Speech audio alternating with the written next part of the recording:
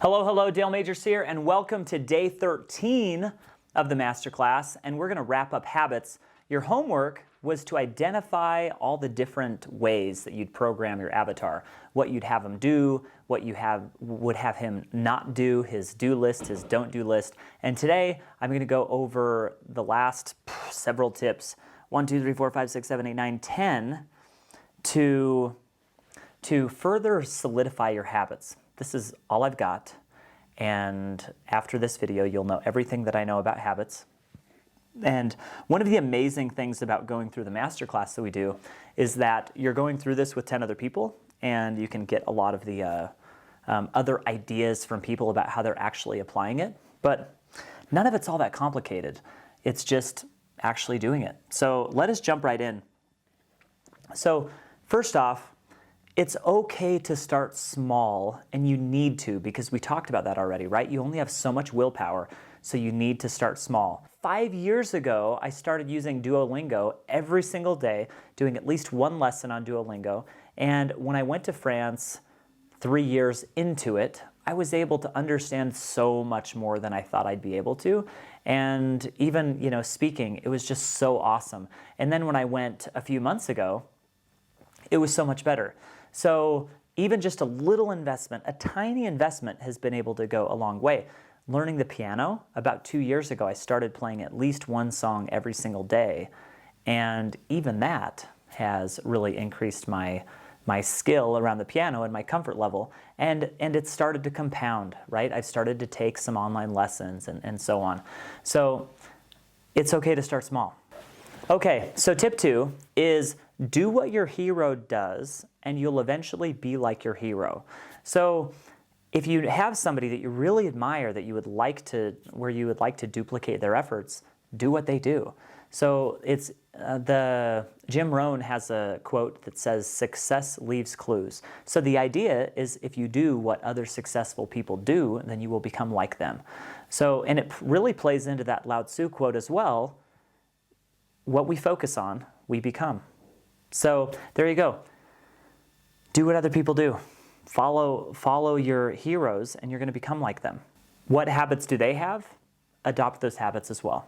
All right, tip 3, and this is probably one of the most important tips, and we're going to get a lot more into this in a few days as we get into time management and into more of the tactics. So, and to take a step back, right, we went into purpose and hats and goal setting. Now we're getting into the habits to reprogram ourselves. And next, we're going to get into very specific planning and time management things. So one of the most important things that I think people can do is, and there are two, I think that everyone would benefit from setting a consistent time every day, going to bed and waking up. I'm sure it sounds simple, but really I think it's a very powerful thing. And it is setting aside personal time to plan regularly. So for me, I set aside 2 hours every single Friday to plan. And if I was telling that to myself 15 years ago, I'd be like, no, I'm going to spend 20 minutes planning because I'm so busy doing. But Abraham Lincoln has a quote, or he's attributed to saying, if I've got 6 hours to cut down a tree, I'm going to spend 4 hours sharpening my axe. And whether he said that or not, I love the idea of it, and we're going to spend more time planning. So that's a tip, is spending personal time. Set aside a time, I do it every single week, to just stop doing any and all work and think about what should I be doing and how do I want to be spending my time. That's a habit. You can take that a step further and set aside personal time every single day.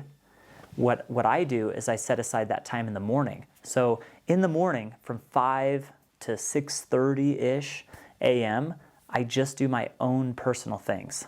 And a lot of times that only lasts, an hour and 15 minutes, and sometimes things come up. But I've got this time where every day I can get my wins in before the day starts. And worst case, you go to bed late, you have to cut that time in half, you still have half an hour of time where you can just focus on yourself and getting your initiatives, your personal, well-being type initiatives done. All right, tip 4, and some people say, I read a study once that said you're less likely to accomplish something when you tell somebody else. But I think that when you tell other people and you get some outside accountability, then that can be helpful. So if you need help around a certain area, tell other people. Say, hey, spouse or friend or sibling, I'm going to start doing this every single day. I'd love for you to follow up with me. All right, tip 5 is set consistent time frames and use some of the routine of the day. Wake up, work, eat lunch, work, go home, get ready for bed, go to sleep. Use some of those times to cement in some of your habits. For me, I need to either be doing something every single day or every single week, or it's hard for me to do things every third day or every other week or, less often. For me to accomplish habits, I need to put it into my day a little more regularly. So that's one tip that I think will be helpful. 6 is make a don't do list. Identify activities that you don't want to be doing and write those things down. What types of things do you not do? Some examples: I don't access Facebook on my phone. I deleted the app. I actually didn't delete the app. I use it when I'm traveling. It's there. But I use my iPad. That's where I get on Facebook. And I actually now only access it during the time that's scheduled in the day. I try to just jump in there for an hour. And that works probably 80% of the time. Another don't do list. Wow, that's compelling, right? But that's the reality, is most days I just stick to that. But some other days I make a post about what are you doing to help your kids learn to be entrepreneurial and making money. And then you check that, in the evening too. So as a general rule, I really try to keep my posting in that, or my use of social media in that time. I deleted the LinkedIn app from my phone. I deleted email from my phone. Those are things that I don't do. I decided that I'm not going to access email from my phone. Those are examples of don't do type items. I don't access social media first thing when I wake up in the morning. I don't look at the news. So create a don't do list. All right, so we reviewed this a little bit, but it can take several months to establish a habit, and just realize that this is going to take an investment, but it's worth it, because once you establish the habit and put the work in, it won't require near as much work in the future. Tip 8, and this serves as a reminder, it's all right to start small. Everything that you can take a small habit and build it out and make it more substantial, but you can't do that with no habit. You can't go from nothing to start doing something for an hour a day very easily. That's hard. So remember to start small. Tip 9 is wake up early. Most of us can operate really well in the morning. There are night owls out there, and maybe for you, it's create your own time block alone at night where you can work on things. But the idea is find a time every single day where you can have focus and have your own time to yourself, where how many of us wake up late, and then have to just scramble and eat and then get off to work. There's no time to get centered. We need that time for ourselves, and I recommend having it in the morning, but just find a time that works for you. All right, the last and final tip is make it a streak. So make it a streak. I mentioned the app called Streaks earlier, where every day you push the button and it says, hey, you've done this for 17 days in a row. I actually researched this, and there is a runner named Ron Hill who for over 50 years ran 7+ miles a day. Crazy. But he did that every single day and made it a streak. So that can be motivating. I've used Duolingo for 500+ days in a row before because it was a streak, right? And that can be motivating. So if you're motivated by that, maybe use an app like Streaks, but make it a streak and put it in a frequency that can be easily tracked. But another reminder, it's hard to keep 16 streaks going.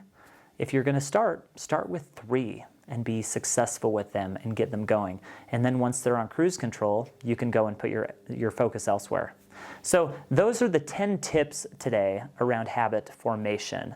And the homework is so last time we drew out what our avatar would look like. The homework for today is for you to just write down the 2 habits that you want to set, and based on all the tips that you have, what additionally you're going to do to make sure that they actually happen, because 2 days ago we kind of already brought those up. So what habits are you going to apply, and how can you actually make them happen? So if you want to learn more and dig deeper into habits, I recommend a book called The Power of Habit. There are a lot of other books in the topic. One is Atomic Habits, good book, but I liked The Power of Habit a lot more. It spoke to me. Maybe that's just because I read it first. There's a book called The 5-Second Rule. Is that by Mel Robbins? But there's a book called The 5-Second Rule that I thought was really just a copycat of a lot of these other principles that have to do with motivation and willpower. The Power of Habit is a very well-researched book, and it's going to give you a lot of the background and principles and science behind how your mind works. So I really say that it's a must read. So hop on Audible and download that book. You will be glad that you did. So that is the end of day 13 of our masterclass. Wow, look at us. And next time we're going to do a deep dive into the morning routine. So thanks for being here, and I'll see you on the next video.